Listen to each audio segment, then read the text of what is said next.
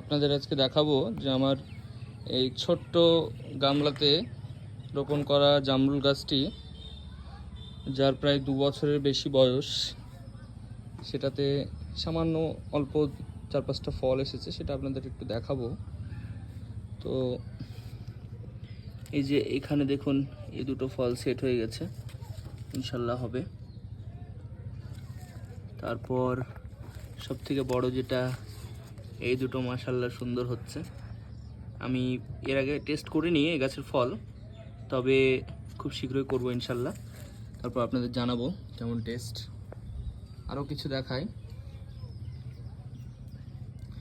এই যে এখানে একটা রয়েছে, এর ভেতরে আরও কিছু রয়েছে, তবে অতটা আমি দেখালাম না। আমি আমার খুশির মুহূর্তটা আপনাদের সঙ্গে একটু শেয়ার করলাম।